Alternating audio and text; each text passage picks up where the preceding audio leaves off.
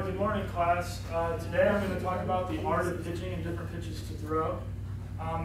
Pitching isn't as easy as you think. There's a lot of things that go into it, especially at the competitive level. Many of the things are like setting guys up, movement, location, and deception. Those are all really big things to get batters out and things that I focus on when I'm out on the field. It's not as simple as just throwing the ball across the plate like many people think it is. It actually takes a lot of skill, and I mean, it's something that you have to work on every day. That's why there's a big difference of people that are playing in professional baseball compared to, you know, just kids in Little League. I mean, it takes years of development. The first thing I'm going to talk about is the mechanics. Just about in every sport, everything starts at the base and the legs. The stronger your legs are, most likely the harder you're going to throw.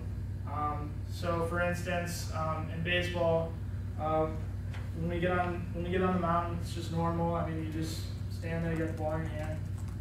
Second, you want to try to get a lot of your weight back on your back foot. So like when I lift, I feel all my weight on this side. Just as in a lot of sports, like I was telling Keegan earlier, football, other sports, I mean, everything's off the back leg and forward. So in baseball, for me, I get everything back with my leg lift, and I try to get some tilt, which helps me get more downward movement down the mound. It also throws off the hitters too, if you can get that movement. That's why guys that are taller, like 6'3" and above, have good movement, and it's harder for batters to see the ball coming in. For me, being only about 5'10", everything's kind of straight to them, but that's where the movement comes into play. So when I get to here, and I focus on this, I try to drive, and I get into my power position, which is where I get here. This is probably like the biggest part of the whole process. Once I get to here, everything is just, I have my glove hand, where my glove will be, and I pull it into my body, which allows this to follow behind. So when I pull, my elbow gets to here, which is external rotation. External rotation, I've seen guys that can get their elbow to here, even possibly to here. It's crazy to see it, but the farther you can get it, you get a lot more whip out of your arm. Right now, since I'm just kind of standing up here, I don't really have a lot of it right now. But in a game and stuff, I can usually get about right here, which isn't the greatest, but that allows for the whip to bring the ball all the way through. Once I get there, I try to keep my chest back a little bit. As I bring it forward, I'm going over my front leg, and this will be your bracing leg, which is like, for instance, if you're running and you hit a table, your body falls over the table while your leg is still there. That's kind of the mentality that I try to have when I'm on the mound.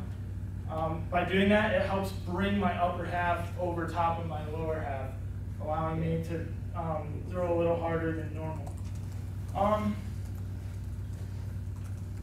Like I was telling Keegan too, it's kind of funny, but I've noticed that with kids, even like younger kids, I've always wondered why it is that we throw with the same leg sometimes.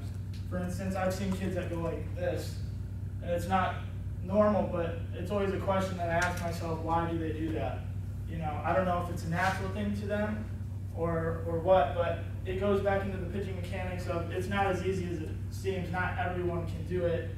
I know that people think you just throw a ball, but when you try to play at the competitive level, you really have to focus on all these different things. Lastly, I'm going to talk about the different types of pitches that I throw. The normal ones, you got a fastball. This is a four-seam. Here's a seam and here's a seam.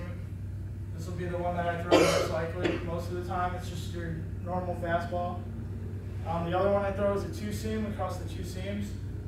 This one's a little slower than the four-seam, but it has more movement. Mostly runs inside with me. The next one is a curveball. This one can be anywhere from dropping like 12 to 6. I mean, this is a very common pitch as well. Everything I throw is supposed to be out front. And also, another big word in baseball is pronation, which is when your arm goes through, you want to almost throw like your arm like this. This also helps with recovery of the arm and not putting stress on the shoulder. Lastly is my changeup. which is probably my favorite pitch and goes into like the whole art of pitching. When I was younger, all you wanted to do was throw the ball as hard as possible past guys. But at this stage, you have to really, like I said, movement is big. My changeup, I throw like this. It's a circle changeup.